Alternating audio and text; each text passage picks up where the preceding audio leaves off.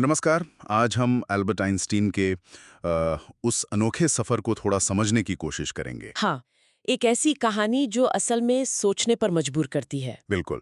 मकसद सिर्फ वो तथ्य दोहराना नहीं है, बल्कि ये देखना है कि कैसे उनकी वो ज़बरदस्त जिज्ञासा और वो हार न मानने वाली आदत, हाँ, उन्हें मुश्किलों से निकालकर उन आइडियाज़ तक ले गईं जिन्होंने दुनिया बदल दी। सही कहा। और हम देखेंगे कि कैसे उनके वो शुरुआती संघर्ष, उनकी बड़ी-बड़ी खोजें और वो सिद्धांत जो आज भी इतने ज़रूरी हैं, हम्म। वो सब आपस में कैसे जुड़े हुए हैं। हमारा फोकस रहेगा उनकी सोच के उन खास पहलुओं पर जिनसे हम आज भी कुछ सीख सकते हैं। तो शुरुआत करते हैं बचपन से। जन्म हुआ 1879 में, जर्मनी में। हाँ, उल्मू शहर में। और उनके पेरेंट्स साधारण लोग ही थे। और कहते हैं जन्म के समय सिर कुछ बड़ा था और बोलना भी देर से शुरू किया, करीब 3 साल की उम्र में। हाँ, तो लोगों ने समझ लिया कि धीमा बच्चा है। पर शायद वो धीमे नहीं थे, बस बहुत गहरे सोचने वाले थे। चीजों को बहुत गौर से देखते थे। बिल्कुल। और वो 5 साल की उम्र वाली घटना, कंपस वाली। वो तो कमाल है। जब उनके पिता ने उन्हें कंपस दिया तो वो एकदम हैरान कि ये सुई हमेशा नॉर्थ में ही क्यों? कोई तो अदृश्य ताकत है। हाँ। और बस वहीं से वो अनदेखी शक्तियों के बारे में सोचने लगे। उन्होंने बाद में कहा भी कि इसका उन पर गहरा और स्थायी प्रभाव पड़ा। और स्कूल स्कूल का अनुभव तो बिल्कुल उल्टा था। हाँ, वो रटने वाली पढ़ाई उन्हें बिल्कुल पसंद नहीं थी। हम्म। वो तो सवाल पूछते थे। हाँ, सवाल वही तो। एक टीचर ने तो कही दिया था कि तुमसे कुछ नहीं होगा। सोचिए, भाषाएं वगैरह मुश्किल लगती थी उन्हें, पर मैथ्स। मैथ्स तो जैसे ब्रह्मांड की भाषा थी उनके लिए। और उनके अंकल जैकब, उन्होंने भी मदद की। गणित को एक खजाने की खोज जैसा बना दिया। मजेदार। सही। और असल पढ़ाई तो स्कूल के बाहर चल रही थी। अबे पढ़ना, कल्पना करना और वो सवाल जैसे अगर मैं रोशनी की किरण पर बैठ जाऊं तो कैसा लगेगा। कमाल। ये दिखाता है कि उनकी असली दिलचस्पी क्लासरूम में नहीं बल्कि अपनी सोच में थी। हाँ, उनकी अपनी जिज्ञासा। फिर मुश्किलें भी आईं। 15 साल के थे जब परिवार इटली चला गया। इन्होंने जर्मनी में स्कूल छोड़ दिया। और खुद पढ़ने लगे, सेल्फ स्टडी। फिर 16 की उम्र में ज्यूरिक पॉलिटेक्निक का एंट्रेंस एग्जाम दिया, पर फेल हो गए साइंस को छोड़कर बाकी विषयों में। लेकिन हार नहीं मानी, ये बात खास है। बिल्कुल। दोबारा कोशिश की और 17 की उम्र में पास कर लिया। और पॉलिटेक्निक में भी वो उनका थोड़ा विद्रोही स्वभाव वो तो बना रहा। लेक्चर छोड़ देते थे अक्सर। हाँ, और अपना ध्यान बुनियादी सवालों पर लगाते थे। प्रकाश, समय, गुरुत्वाकर्षण। वहीं उनकी मुलाकात मिलेवा मेरिक से हुई, जो सिर्फ उनकी पत्नी ही नहीं बनी बल्कि एक कह सकते हैं इंटेलेक्चुअल साथी भी थी। पर ग्रेजुएशन के बाद 1900 में नौकरी मिलना बहुत मुश्किल हो गया। हाँ, बहुत मुश्किल। कई जगह से रिजेक्शन मिला। आखिर में 1902 में वो बर्न के स्विस पेटेंट ऑफिस में क्लर्क की नौकरी मिली। सुनने में शायद ये लगे कि अरे क्लर्क, हम्म। लेकिन आइंस्टाइन ने उसे अपनी थिंकिंग लैब बना लिया। सही। दूसरों के आविष्कारों को देखते हुए अपने आइडियाज पर काम करते रहे। 1903 में मिलेवा से शादी हुई।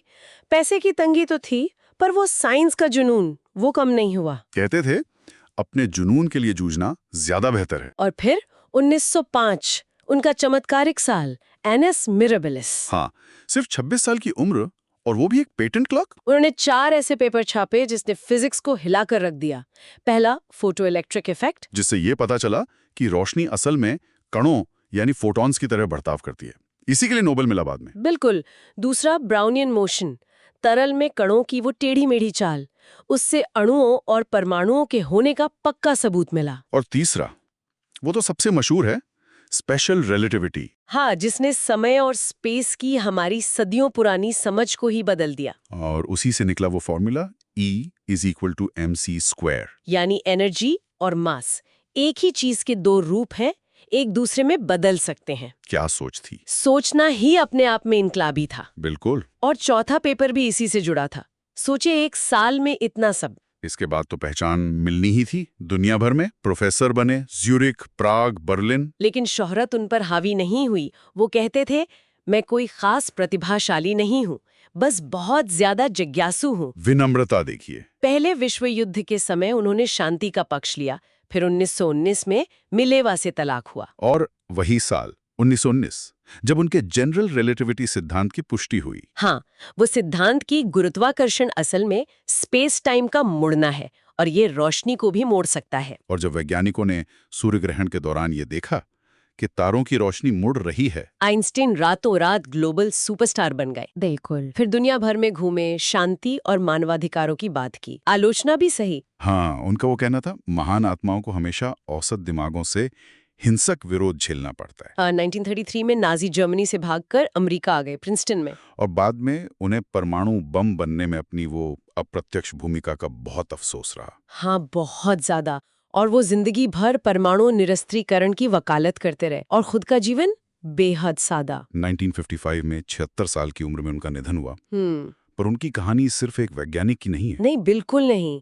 ये दिखाती है कि कैसे मुश्किलें हमें असल में मजबूत बनाती हैं। और कैसे वो सवाल पूछने की हिम्मत, वो जिज्ञासा हमें आगे ले जाती है। और कामयाबी के बाद भी विनम्र रहना, वो असली ताकत है। उनका वो कहना बहुत सही लगता है, कामयाब इंसान बनने की कोशिश मत करो, बल्कि मूल्यवान इंसान बनने की कोशिश करो। बिल्कुल। आइंस्टीन की जिंदगी यही सोचने पे मजबूर करती है कि असल क्षमता सिर्फ दिमागी तेजी नहीं है, बल्कि हमारी जिज्ञासा में है, हमारी लगन में है, अपने उसूलों पे टिके रहने में। आइंस्टाइन का मानना था कि सवाल पूछना ही ज्ञान की पहली सीढ़ी है ना। यस। उन्होंने हमेशा स्थापित चीजों पर सवाल उठाए। हाँ, तो इसी सोच को अगर आगे ले जाएं, तो क्यों ना हम भी एक पल सोचें हाँ, कि आज हमारे आसपास ऐसी कौन सी मान ली गई बात है या कोई धारणा है जिस पर सवाल उठाना शायद दुनिया को देखने का एक नया नजरिया दे सकता है। ये एक अच्छा सवाल है। सोचने के लिए छोड़ जाते हैं इसे।